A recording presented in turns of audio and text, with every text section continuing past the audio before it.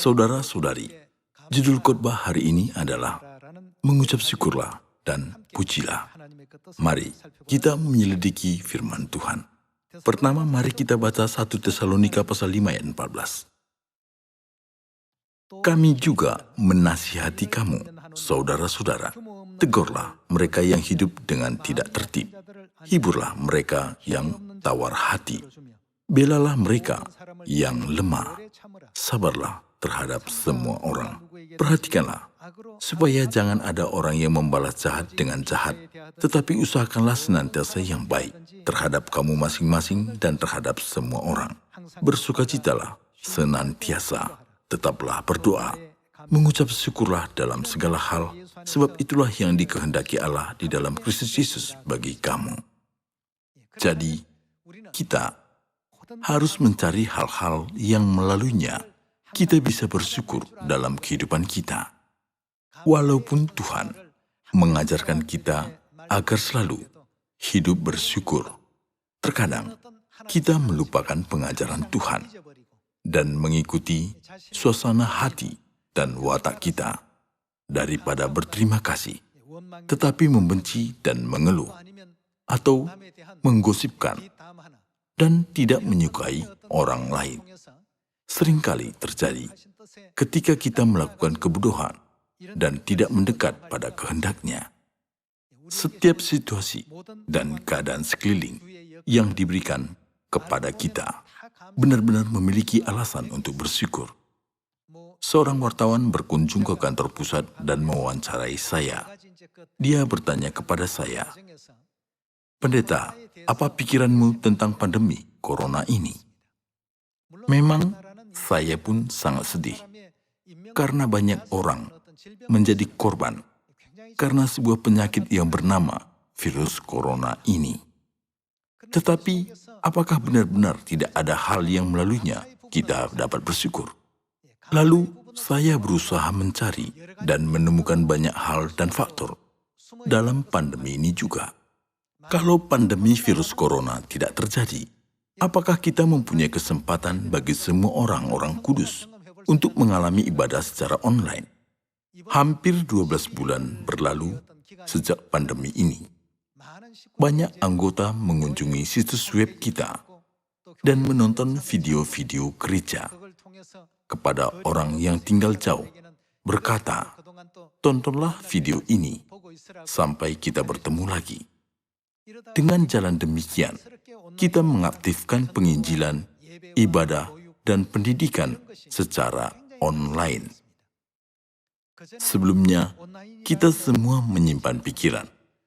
Kita akan memberitakan Injil melalui media online suatu hari. Tetapi sudah tiba saatnya seperti sekarang. Kita telah banyak menemukan konten penginjilan yang sejauh ini belum kita temukan. Dan melalui itu, anggota keluarga kita mengirimkan khotbah-khotbah gereja kita, dan semua hal ini dilakukan secara online kepada orang-orang seperti kenalan, teman-teman, keluarga. Saya mendengar kabar itu juga yang telah menghasilkan banyak buah. Dulunya, jika kita mengadakan rapat, hanya orang yang bisa datang di dalam ruangan terbatas dapat ikut serta. Siapapun yang memiliki akses dapat mengaksesnya, dan bahkan orang yang tidak dapat datang karena mereka jauh, sekarang dapat mengaksesnya tanpa memandang jarak dan ikut serta dalam berbagai acara gereja.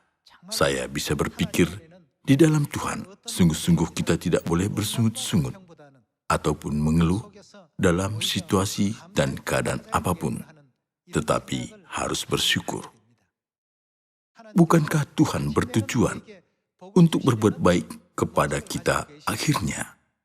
Ikan yang hidup selalu melawan arus.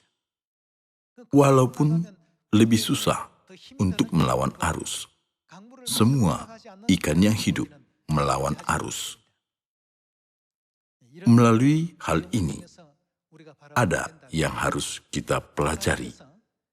Tuhan membuat kesulitan dan kepahitan terjadi di dalam kehidupan kita. Bagian yang tidak kita pikirkan, dulunya kita hanya memperhatikannya hanya 10% saja. Tetapi karena masalah, saat kita berpikir ada begitu banyak faktor yang dapat membantu kita menemukan kehendak Tuhan yang benar lebih dekat. Dengan memperhatikan sebanyak 70%, 80%, dan 100%. Melalui segala hal di sekitar kita, ada yang berpikir, kenapa Tuhan menempatkan dia di samping aku? Orang lain semuanya hidup aman dan damai. Tetapi, kenapa hanya di dalam keluargaku ada masalah dan kesakitan? Kita dapat mengembangkan kekuatan dan kemampuan untuk mengatasi ketika ada masalah. Maka dari zaman gereja awal hingga zaman penginjilan sekarang ini, apa yang ditempatkan Tuhan bagi anak-anak yang dikasihnya untuk diatasi? Daripada jalan baik, selalu perhatikan, apakah yang ditempatkan untuk mengatasi sedikit demi sedikit? Lebih diberikan penderitaan dan kesulitan. Dalam hal-hal itu, mereka bisa belajar apa yang belum pernah mereka alami. Kalau tidak ada penderitaan dan kesulitan, mereka hanya 10% konsentrasi untuk belajar. Tetapi sesudah penderitaan ada di depan mereka, mereka berusaha dengan 90%, bahkan 100% untuk belajar. Oleh karena itu Tuhan sudah berkata, mengucap syukurlah dalam segala hal. Jadi, kita harus selalu percaya teguh akan kehendak Tuhan yang telah menaruh segala hal yang perlu kita syukuri dan memuliakan Tuhan dengan puji-pujian daripada berpikir kenapa saya selalu susah walaupun percaya Tuhan. Sebaliknya, karena percaya maka Tuhanlah yang telah mengurangi kesulitan seperti ini. Keluargaku bisa terpisah, tetapi Tuhan membuat masalah ini menjadi kecil, supaya aku bisa belajar hikmat untuk mengatasinya sekarang. Ketika kita mengucap syukur, Tuhan membuat keadaan untuk kita bersyukur lagi.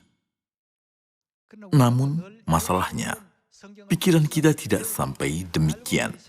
Jika kita menghadapi suatu kesulitan, walaupun kita sudah belajar semua cara itu melalui Alkitab, hanya berfokus pada pekerjaan, kenapa masalah ini hanya terjadi padaku? Semua orang juga menghadapi masalahnya sendiri. Tuhan menyebut kita sebagai umat yang hidup dan orang yang hidup, bukan? Tuhan telah menciptakan prinsip sebagaimana seharusnya makhluk hidup melawan kesulitan. Jika seekor ikan terhanyut oleh arus air, ikan itu bukan ikan yang hidup. Oleh karena itu di dalam Alkitab disebutkan bahwa penderitaan itu baik dalam penginjilan, bukan? Kita adalah prajurit yang baik dari Injil dan orang yang mengambil bagian dalam penderitaan yang baik. Jadi, pasti akan muncul kegembiraan dalam penderitaan jika kita mengucap syukur kepada Tuhan, bahkan atas penderitaan. Kita harus maju sampai ke kerajaan surga dengan rasa syukur dan kegembiraan. Tetapi jika kita selalu bersungut-sungut dan berkata, kenapa Tuhan tetap menempatkan orang-orang seperti ini di sekitar saya? Temanku memiliki orang tua yang hebat dan kaya, tapi kenapa semua dalam keluargaku miskin dan lusuh? Saudara-saudari, kita tidak perlu membandingkannya dengan orang lain. Walaupun manusia di dunia ini sangat pintar dan hebat, apakah mereka bisa memerintah sebagai raja di dalam kerajaan surga?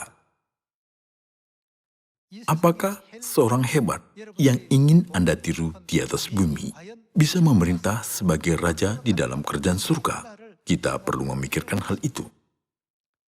Kalau kita kembali ke surga, kita akan tinggal di dalam sebuah istana yang dihiasi dengan berbagai permata. Kita adalah putra-putri dari keluarga kerajaan surgawi, bukan dari kerajaan jasmani. Namun selama kita tinggal di bumi sementara, ada yang tidak memainkan peran ini, lalu bersungut-sungut dan marah. Bila mengingat kerajaan surga, Anda pasti dapat menahan semuanya. Sebentar lagi kita akan memerintah sebagai raja dengan mulia. Jadi daripada posisi di bumi ini, kita lebih memikirkan hal surgawi dan berpikir, siapakah lebih banyak melakukan kehendak Bapa dan Ibu, dan hidupnya lebih mengikuti hidup Tuhan. Orang yang seperti itu akan menjadi paling tinggi di antara kita ketika kita di surga. Jangan hanya memandang hal-hal duniawi, Jika Tuhan berkata, rendahkan diri, kita harus lebih rendah hati. Jika Tuhan berkata, memperhatikan orang lain, kita harus memperhatikan satu sama lain. Dan jika Tuhan berkata, bersyukurlah, kita harus bersyukur. Kita semua akan menjadi orang yang terhormat di surga jika kita menuruti surat kasih dari Bapa dan Ibu. Di atas bumi, terkadang kita dianiaya, dihina, dicemooh, dan dihalangi orang-orang lain. Tetapi kita akan menjadi seperti apa ketika kita kembali ke surga sesudah melakukan kehendak Bapa dan Ibu? Tuhan sudah menuliskan cara kita diberkati di dalam buku ini, tetapi ada yang tidak mau mengikutinya. Walaupun Tuhan berkata bersyukurlah, dia lebih bersungut-sungut daripada bersyukur. Dan walaupun Tuhan berkata lihatlah pada hal positif, dia terus mencari hal negatif. Jalan kita ke kerajaan surga memang jalan penuh sukacita dan syukur, tetapi juga jalan yang kasar dari sudut pandang secara jasmani. Jalan ini jalan sesat dan jalan yang sulit. Tetapi dari sudut pandang iman, jalan ini jalan yang diberkati dan jalan yang baik. Karena kita bisa berpikir, ada kerajaan surga sesudah kesulitan ini, bukan? Jalan ini sama sekali tidak rata secara jasmani. Secara jasmani, jalan ini sangat kasar untuk kita berjalan. Tetapi sesudah kita menutupi jalan itu dengan iman kita dan memikirkan kerajaan surga yang mendatang, jalan ini benar-benar jalan yang diberkati. Saudara-saudari, misalkan seorang narapidana berjarak 1 kilometer ke tempat eksekusi. Jalan itu lebih sulit daripada neraka. Ini lebih menyakitkan daripada neraka. Tetapi jika ada keluarga yang tidak bertemu selama 30 tahun, atau kekasihnya 1 kilometer di depan, itu menjadi jalan apa? Walaupun jalan itu berbatu-batu, dia tidak merasa sakit dan susah untuk berjalan. Keadaan lingkungan jasmani tetaplah sama, tetapi imannya membuat jalan itu terlihat berbeda. Janganlah kita hanya menganggap jalanku hanya susah dan sesak. Pikirkanlah dunia yang akan diberikan Tuhan kepada kita kelak. Berterima kasih hari ini juga. Saya sungguh bahagia di dalam Bapa dan Ibu. Terima kasih karena Engkau telah memanggil aku ke Sion. Terima kasih atas hidup yang kekal dan keselamatan. Saudara-saudari, jika kita memikirkan hal-hal untuk bersyukur, ada sangat banyak hal yang dapat kita syukuri. Namun karena suatu hal yang kecil, jika kita meninggalkan karunia dan berkat yang diberikan Tuhan, kita akan menjadi lebih malang daripada Esau. Mari kita bersyukur, jangan hanya melihat keadaan lingkungan kita. Bumi ini adalah kota perlindungan. Tempat ini bukan dunia di mana segala keinginan kita terjadi, seperti di surga. Tuhan sudah membuat segala sistem untuk segala keinginan kita terjadi jika kita kembali ke surga. Sekarang disebut zaman AI, bukan? Dikatakan bahwa kalau kita hanya berkata nasi bisa masak dan robot pembersih debu membersihkan lantai. Saya belum pernah memakainya, tapi mendengar bahwa zaman ini sudah begitu hebat. Tetapi dunia yang lebih hebat, yang tidak bisa dibayangkan dan dimimpikan, akan menjadi dunia kita tidak lama lagi. Jadi, itulah alasan kita harus bertahan dengan sukacita, bukan? Ada alasan kita harus bersabar dan bertahan. Ada alasan kita harus memperhatikan orang lain. Dan kita harus merendahkan diri, bukan? Namun, karena kita tidak mengerti semua hal itu, kita hanya melihat dunia jasmani yang kelihatan dan berusaha mengadili sesuatu di dalam keadaan yang terbatas itu. Maka terkadang kita menggerutu karena banyak urusan. Sebenarnya bukan banyak urusan, tetapi tidak mampu menyelesaikan urusan itu. Jadi, dia menggerutu. Tuhan berkata, mengucap syukurlah dalam segala hal dan bersukacitalah. Banyak orang menganggur karena pandemi virus corona dan berusaha keras untuk mencari kerja. Sementara itu, Bapa dan Ibu memberi kepada kita keadaan untuk bekerja sampai kita kembali ke surga. Bukankah kita harus bersyukur atas hal itu? Tetapi karena tidak tahu cara bersyukur, beberapa orang dari kita terus memikirkan hal-hal duniawi. Walaupun keadaan lingkungan berubah, kerajaan surga tetap sama. Kerajaan surga tidak berubah. Bukankah kita harus mengharapkan kerajaan surga itu dan menuju ke arah sana? Mari kita baca Ibrani pasal 9 ayat 27. Dan sama seperti manusia ditetapkan untuk mati hanya satu kali saja dan sesudah itu dihakimi, demikian pula Kristus hanya satu kali saja mengorbankan dirinya untuk menanggung dosa banyak orang. Sesudah itu, ia akan menyatakan dirinya sekali lagi tanpa menanggung dosa untuk menganugerahkan keselamatan kepada mereka yang menantikan dia. Kita perlu memikirkan perihal kedatangan Kristus yang menjadi manusia sekali lagi dan memperhatikan suatu hal. Saudara-saudari, tahukah istilah trauma? Sesudah seorang manusia mengalami suatu kecelakaan, dia merasa mengalami kesakitan terjadi lagi.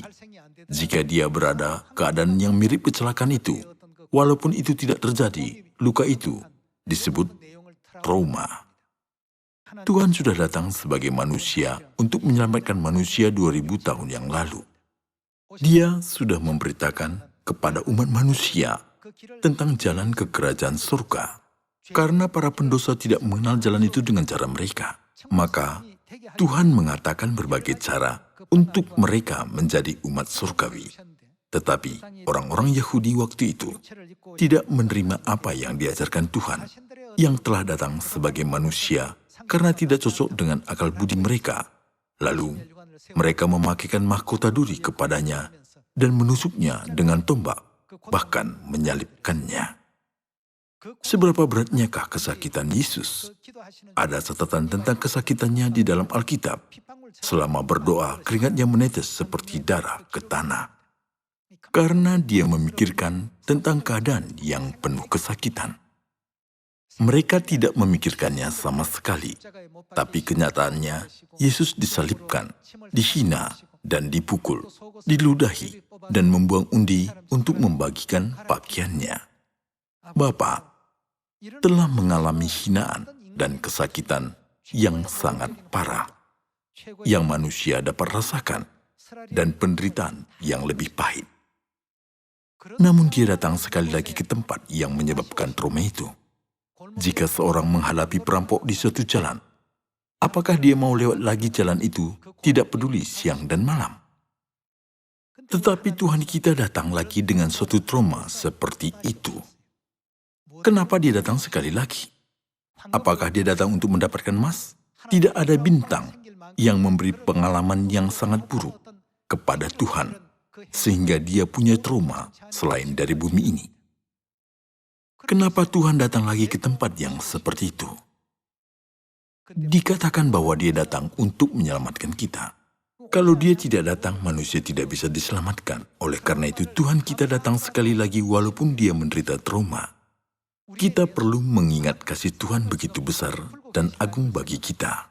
Saudara-saudari, kita mengalami berbagai hal. Saudara-saudari, membuat kita tidak nyaman dan suatu hal yang tidak adil. Tetapi Tuhan kita menahan kesakitan yang lebih parah daripada kesakitan kita dan menanggung semua pekerjaannya. Namun kita yang mengaku anak-anak Tuhan tidak menjalani jalan itu. Apakah aku sedang menanggung jalan Tuhan dengan baik? Saya pikir kita perlu memeriksa diri kita paling tidak sekali akan hal itu. Untuk orang-orang berdosa surgawi yang tidak bisa menghindari maut, Bapa surgawi datang sekali lagi ke bumi ini, walaupun mengalami trauma. Jadi kita yang sudah memikirkannya harus hidup seperti apa? Bolehkah kita terus berkata kepada Bapa dan Ibu, kenapa engkau memberikan pada anggota lain, tidak padaku? Kita harus bersukacita senantiasa dan mengucap syukur. Kita harus menjadi orang dewasa secara rohani. Kalau semua orang di sekitar kita mengatakan kata manis saja kepada kita, siapakah akan berperan sebagai mahkota duri bagi kita? Siapakah akan berperan sebagai tombak yang menusuk kita? Dengan apakah kita bisa mengaku kita mirip dengan Bapa dan menjadi bangga karena mirip dengan Ibu? Melalui hal-hal itu, kita harus berubah menjadi orang yang mirip dengan Tuhan. Pada waktu kita kembali ke kerajaan surga, Malaikat-malaikat penjaga pintu tidak meminta syarat kepada orang yang mirip dengan Bapa dan Ibu. Kemiripan itu sendiri adalah sertifikat. Itulah cek jaminan. Hanya anak-anak Tuhan Bapa dan Tuhan Ibu yang mirip dengan Bapa dan Ibu. Jadi malaikat berkata kepada mereka, kamu boleh masuk. Kita harus mengikuti jalan yang sudah ditempuh Bapa dan Ibu dengan setia. Dan kita harus melakukan apa pada jalan itu? Kita harus mengucap syukur. Kita bisa mengucap syukur atas segala hal yang diberikan Tuhan kepada kita. Jadi, kita tidak boleh bersungut-sungut dengan berkata, aku kurang ini, aku kurang itu juga, tanpa berkata, terima kasih. Pada waktu kita masih anak, kita berdoa, biarkanlah semua itu terjadi bagiku. Tetapi sesudah kita menjadi dewasa, berdoa, terima kasih atas segala hal dengan pujian. Perhatikan firman yang tercatat di Wahyu. Apa yang dilakukan malaikat-malaikat dan 24 tua-tua di surga? Mereka selalu berkata, kudus, kudus, pujilah Tuhan. Mereka tidak berkata, mengapa Tuhan memberi sedikit karunia kepada saya dan memberi banyak kepada dia waktu kami masih di bumi? Perkataan ini tidak ada di dalam kerajaan surga. Hanya terima kasih, muliakanlah Engkau. Tuhan kita mengalami trauma yang sangat mengganggunya karena kita pendosa yang tinggal di bumi ini. Maka sangat bersyukur karena kita diizinkan masuk ke dalam kerajaan surga. Tetapi apakah ada keluhan dan kekesalan di situ? Kita harus mengucap syukur dalam segala hal dan memuji Tuhan. Kita tidak boleh kehilangan Tuhan sekalipun dalam keadaan yang lebih buruk daripada pandemi virus corona ini. Mari pastikan saya dan saudara-saudari selalu simpan kasih agung Tuhan ini di dalam hati kita. Mari kita baca Lukas pasal 5 ayat 21. Tetapi ahli-ahli Taurat dan orang-orang Farisi berpikir dalam hatinya, siapakah orang yang menghujat Allah ini? Siapa yang dapat mengampuni dosa selain daripada Allah sendiri? Akan tetapi Yesus mengetahui pikiran mereka lalu berkata kepada mereka, apakah yang kamu pikirkan dalam hatimu? Manakah lebih mudah mengatakan dosamu sudah diampuni atau mengatakan bangunlah dan berjalanlah? Tetapi supaya kamu tahu bahwa di dunia ini anak manusia berkuasa mengampuni dosa. Bapa Surgawi dan Ibu Surgawi telah mengumumkan kebenaran perjanjian baru untuk semua anak-anaknya yang ditekan dengan dosa berat bisa diampuni dosa-dosanya. Apakah orang-orang di dunia tahu perjanjian baru? Mereka tahu jalan pengampunan dosa? Apakah mereka mengenal Tuhan yang datang sebagai manusia berkuasa mengampuni dosa? Tetapi kita memiliki sangat banyak keuntungan dan mengetahui banyak hal, bukan? Kita tidak boleh hanya tahu. Kita harus bersyukur atas apa yang kita ketahui dan memuji Tuhan. Kita sedang menyembah Tuhan Bapa dan Tuhan Ibu, Roh dan pengantin perempuan yang berkuasa mengampuni segala dosa, bahkan dosa yang sangat lama kita perbuat dengan berkata, dosamu sudah diampuni. Kita melayani Tuhan yang Maha Agung, dan seharusnya lah jangan iman kita terampas oleh hal-hal yang kecil, dan janganlah terjebak dalam dunia jasmani sementara ini, mental rusak, dan janganlah kehilangan harapan akan kerajaan surga, bukan? Tuhan yang begitu agung bersama dengan kita. Melalui Paskah Perjanjian Baru, Tuhan memberitahukan kepada kita, barang siapa makan dagingku dan minum darahku, ia mempunyai pengampunan dosa dan hidup yang kekal. Orang-orang tidak tahan dengan ketidaknyamanan saat ekonomi meningkat. Dulunya, orang-orang menganggap wajar tinggal beberapa orang di dalam satu kamar. Memang tidak semua orang hidup seperti itu. Tetapi, jumlah rumah tangga tunggal meningkat pesat sekarang, bukan? Walaupun sekeluarga sulit hidup dengan 2 orang. Semua orang mau kamar masing-masing dan ruangan masing-masing. Maka kelihatannya masalah besar terjadi jika mereka saling mengganggu perasaan mereka. Itulah sebabnya Tuhan berkata, anak-anak Sion harus hidup sesuai firman ini terlepas dari keadaan lingkunganmu. Kerajaan surga milik orang yang mengikuti latihan rohani sesuai dengan firman ini. Oleh karena itu berulang-ulang tertulis, taatilah pada firman bukan? Sekarang kita hidup di dalam ruangan terbatas di dunia jasmani karena dosa-dosa kita. Tetapi jika kita kembali ke tanah air surgawi, bagian yang membuat tidak nyaman di dunia jasmani yang kita tanggung sekian lama akan hilang. Saya barulah sadar bahwa Bapa dan Ibu sudah mengajari kita melalui Alkitab untuk memberikan saya berkat sehebat ini. Di dalam 66 kitab dari Alkitab dituliskan tentang jalan kita ke kerajaan surga dan hidup di sana. Jadi kita harus berlatih sesuai firman ini. Mari pastikan kita hidup sesuai dengan firman ini. Pada hari-hari terakhir, Bapa dan Ibu datang ke Sion dan mengajarkan kita jalan-jalannya. Fakta di mana kita telah menerima ajaran ini hanyalah terima kasih, terima kasih. Apakah orang lain berkesempatan untuk mendengarkan hal ini walaupun mereka ingin?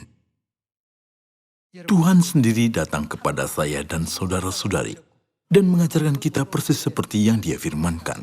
Ia mengajar kita tentang jalan-jalannya. Kalau kita tidak belajar dari Tuhan, kita tidak akan mengenal Ibu, walaupun Ibu di samping kita. Hidup kita pasti akan begitu malam, bukan? Kita tidak mengerti kebenaran, walaupun kebenaran dekat pada kita, dan hanya mengikuti orang-orang bumi ini dengan berkata, banyak orang merayakan Natal, aku mau ikut mereka dengan berfoya-foya, bukan? Akhirnya, kita akan masuk ke dalam neraka. Kartu merah terus muncul, tetapi dunia tidak memperdulikannya sama sekali. Dunia tetap melakukan perbuatan itu. Namun kita sudah belajar dari Bapa dan Ibu, maka kita harus mengerti bahwa perbuatan itu mendatangkan kartu merah dalam jalan ke surga, dan janganlah mengikutinya. Menurut saya, kita telah mempelajari jalan yang ditunjukkan Tuhan kepada kita. Itulah alasan yang cukup untuk selalu bersukacita, bersyukur, dan memuji. Pada hari-hari terakhir, Dia sendiri datang ke dunia penuh trauma ini dan mengajarkan kita seharusnya berkata, terima kasih banyak, aku memuliakan Tuhan. Selain dari perkataan itu, kita tidak usah berkata seperti, Ibu, saya susah karena hal ini, saya sakit karena hal itu. Mari kita bersyukur dalam segala hal, baik ada virus corona maupun tidak. Jika ada, karena pastilah ada alasannya itu diciptakan dan sejarah terjadi seperti itu. Dalam saat ini pun, kita harus mengucap syukur kepada Bapa dan Ibu. Dan mencari hal-hal yang melaluinya, kita harus bersyukur. Mari kita baca 2 Korintus pasal 6 ayat 16. Apakah hubungan bait Allah dengan berhala? Karena kita adalah bait dari Allah yang hidup menurut firman Allah ini. Aku akan diam bersama-sama dengan mereka dan hidup di tengah-tengah mereka. Dan aku akan menjadi Allah mereka dan mereka akan menjadi umatku. Sebab itu, keluarlah kamu dari antara mereka dan pisahkanlah dirimu dari mereka, firman Tuhan. Dan janganlah menjamah apa yang najis, maka aku akan menerima kamu. Dan aku akan menjadi siapa? Bapamu, dan kamu akan menjadi anak-anakku laki-laki dan anak-anakku perempuan. Demikianlah firman Tuhan yang Maha Kuasa. Tuhan menjadi Bapa kita, dan Dia menjadikan anak-anaknya dengan daging dan darahnya melalui Paskah Perjanjian Baru, sehingga semua malaikat pun bisa mengenali kita. Jadi, apakah kita bisa bersungut-sungut dan mengeluh? Kita adalah orang-orang berdosa surgawi yang harus mati. Kita sangat sombong seperti bintang timur, putra fajar, yang telah mencoba merebut dan mau menagih tahta Tuhan. Maka, kita sudah diusirkan ke bumi ini. Kita benar-benar pendosa dijatuhi hukuman mati. Kepada kita pendosa, Tuhan berkata, kamu adalah putraku dan putriku, aku adalah bapamu dan ibumu. Dengan hati ini, Bapa dan Ibu datang kepada kita dan menganggap kita anak-anaknya. Di manakah ada kasih karunia yang begitu agung? Kita semua kurang, jadi harus mengerti satu sama lain kecuali orang yang menghujat dan melawan kebenaran kita. Bukan hanya seorang anggota saja kurang, tetapi juga saya. Dan seorang anggota tertentu pandai dalam suatu bidang. Semua orang sama seperti itu. Jadi kita harus saling melengkapi kekurangan kita dan menyempurnakannya sebagai saudara-saudari yang baik di dalam iman, bukan? Suasana sosial itu sendiri sedang sangat suram. Kita meluap dengan rasa syukur kepada Tuhan, bahkan di terowongan yang suram ini, dan bahwa Dia memberi kita harapan besar untuk masa depan yang cerah, bahkan pada masa corona ini. Jadi kita harus berterima kasih kepada Bapa dan Ibu. Walaupun jalan jasmani sedikit kasar dan tandus, jalan ini sudah ditempuh Bapa dan Ibu. Jadi saya harap kita semua berjalan ke surga dengan sukacita. Semua anggota Sion, semua pejabat Sion dan saudara-saudari, mari kita bersukacita, bersyukur, dan panjatkan kemuliaan dan pujian senantiasa. Semoga mendapatkan kasih karunia dalam firman ini. Menutup khotbah, terima kasih.